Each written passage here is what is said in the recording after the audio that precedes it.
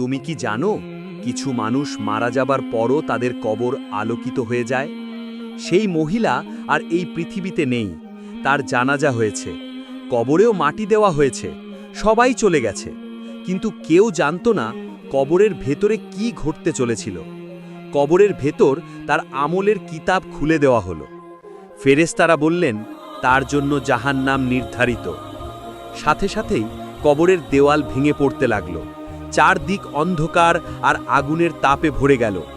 মহিলাটি কাঁপতে কাঁপতে বললেন, হে আল্লাহ, আমি তোমার প্রতিটি সিদ্ধান্তে ধৈর্য ধরেছি, আমি তোমার রহমতেরই আশা করি।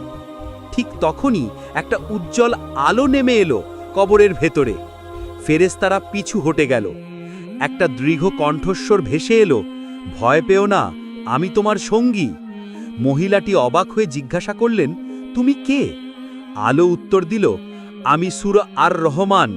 তুমি দুনিয়ায় প্রতিদিন আমাকে পাঠ করতে, আজ আমি তোমাকে কবরের আযাব থেকে রক্ষা করতে এসেছি।